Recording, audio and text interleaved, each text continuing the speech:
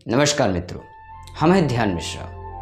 काफ़ी दिनों से हम कंटिन्यू मिल रहे हैं, कभी फेसबुक के माध्यम से, यूट्यूब के माध्यम से, या फिर बात करें अदर सोशल नेटवर्क प्लेटफॉर्म पर। किसी को कुछ अच्छा लग रहा है, किसी को बुरा भी लगता होगा, किसी के अंदर ये बात भी चलती होगी कि अगर मैंने इसकी वीडियो वॉच करी, लाइक की, कमेंट्स की, तो हो सकता है ये प्रोग्रेस में आ जाए, मीन्स हमसे दौड़ में थोड़ा आगे निकल जाए।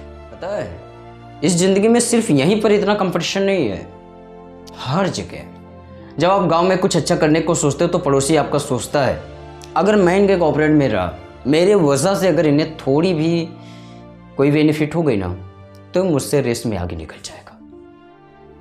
मतलब वो ऐसा कुछ जतन करता है कि आप नीचे आ जाओ। जब आप एजुकेशन प्रणाली यानी स्टडी लाइन में होते हो तो फिर वहाँ पर भी ये कंपटीशन चलता है।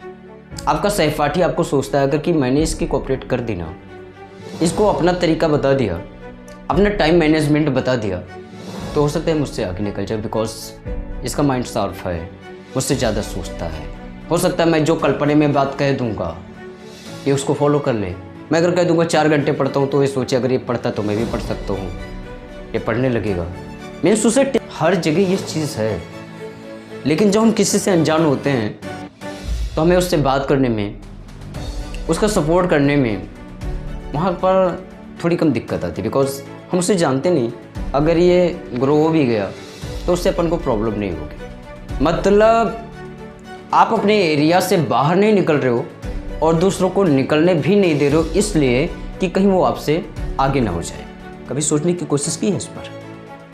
कभी कोई बात ऐसी मन में आई कि मैं जो कर रहा हूँ या मेरा समाज जो एक दूसरे के लिए करता है, अगर एक आदमी गांव में मारा जाने लगे तो कोई आकर उसमें बीच बराव नहीं करता, पूछने की कतई कोशिश नहीं करता भैया मामला क्या है, काहे मार रहे हो इसे, मेरे गांव का आदमी है, दिक्कत बताइए, जो होगा बैठकर अपन परेशानी सुलझाएंगे।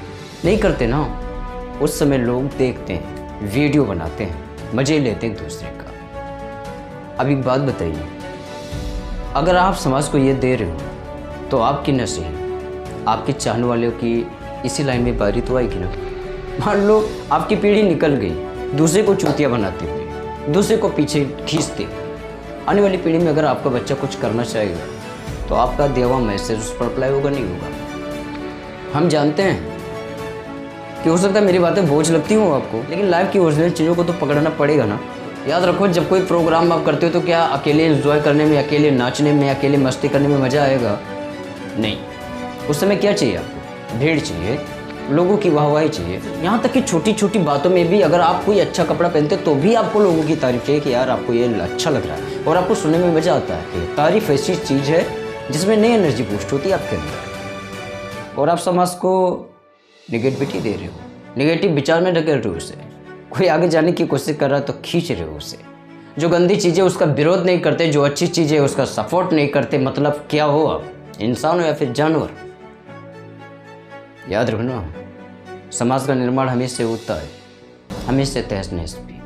अगर आज किसी के बारे में आप गलत सोचते हैं तो बारी तेरी भी आएगी, याद रखना।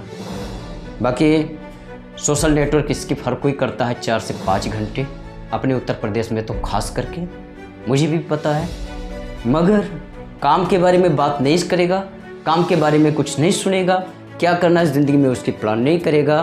कोई लड़की अच्छा नाचती है उसको देखेगा, किसी को कमेंट में जाकर गालियाँ देगा, किसी को देखकर उस पर उल्टे सीधे कमेंट करेगा। मतलब खुद चूतिया होकर भी किसी और को चूतिया करने में शर्म बिल्कुल भी नहीं करेगा।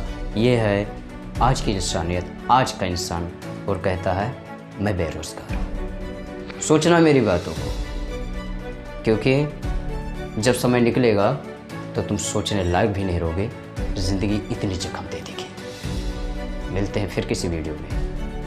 नमस्कार।